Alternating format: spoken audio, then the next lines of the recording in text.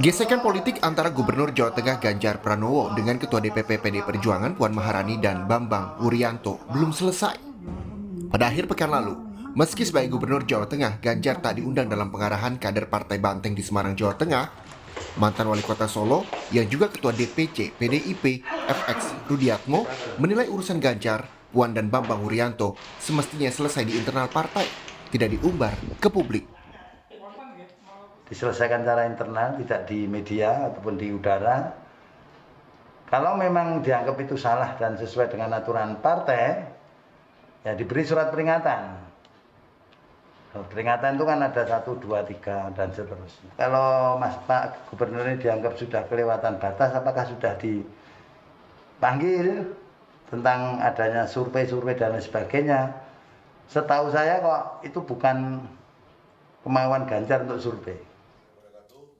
Gencarnya survei jadi salah satu alasan kenapa Ganjar dianggap kebablasan, terkesan berambisi menjadi calon presiden 2024. Bambang Wuryanto, Ketua DPP PDIP bidang pemenangan pemilu, mengaku sebelumnya sudah mengingatkan Ganjar akan langkahnya tersebut. Wis tak kodek se, kok soyom belandang, ya tak rodo atos. Saya dibully di medsos, ya bully saja. Saya tidak perlu jaga image saya, kata Bambang Wuryanto seperti dikutip Kompas.com. Dalam sejumlah jajak pendapat lembaga survei, Ganjar memang konsisten di posisi 4 besar bila ada nama Joko Widodo dan 3 besar tanpa nama Jokowi. Salah satunya jajak pendapat akar rumput Strategic Consulting misalnya, yang dirilis pada pekan lalu, menunjukkan bahwa Ganjar menempati posisi ketiga setelah Anies dan Prabowo. Elektabilitas Ganjar mencapai 11,25%. Menurut Muhammad Kodari, Direktur Eksekutif Indobarometer Tradisi Politik di PDI Perjuangan, mendahulukan organisasi ketimbang perorangan. Representasi organisasi adalah Ketua Umum PDI Perjuangan Megawati Soekarno Putri. Kata Kodari, cara Ganjar menampilkan dirinya dianggap elit politik PDIP kebablasan, karena mendahului sinyal Megawati sebagai Ketua Umum partai yang punya hak menentukan calon presiden PDI Perjuangan. Jadi ibaratnya langkah-langkah politik itu harus mendapatkan sinyal persetujuan ya dari Ibu Mega. Nah, kalau tidak mendapatkan persetujuan atau belum ada sinyal, maka kemudian muncullah istilah nyelonong atau kebablasan, kira-kira begitu. Ya, bahkan muncul istilah keminter begitu ya. Karena gesekan politik ini, menurut Kodari, kesempatan Ganjar untuk mendapatkan tiket pencalonan presiden dari Partai Banteng menipis, meski punya elektabilitas tinggi.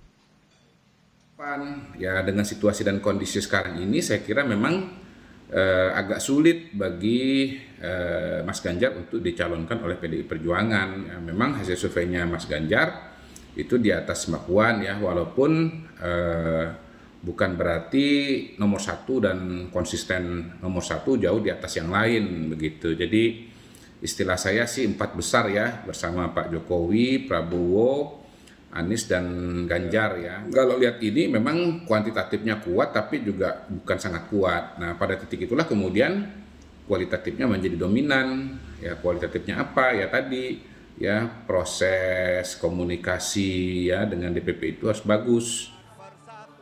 Sebelumnya, pada akhir pekan lalu, pengarahan kader PDI Perjuangan di Jawa Tengah tanpa dihadiri Ganjar Pranowo. Ganjar, kader partai yang menjadi gubernur Jawa Tengah, tak diundang. Bagaimana tanggapan Ganjar? Ganjar menanggapi santai peristiwa yang membuatnya berkonflik dengan Ketua DPP PDIP Puan Maharani dan Bambang Wuryanto. Kemarin juga diundang acara PDIP. Gimana Pak tanggapannya Pak? Kenapa? Tanggapannya gimana Pak? Lah kuwi wong Jawa ya. Ada acara lain atau gimana? Hah? Atau acara lain? Siapa? Pak Agus. Oh tidak, enggak punya acara.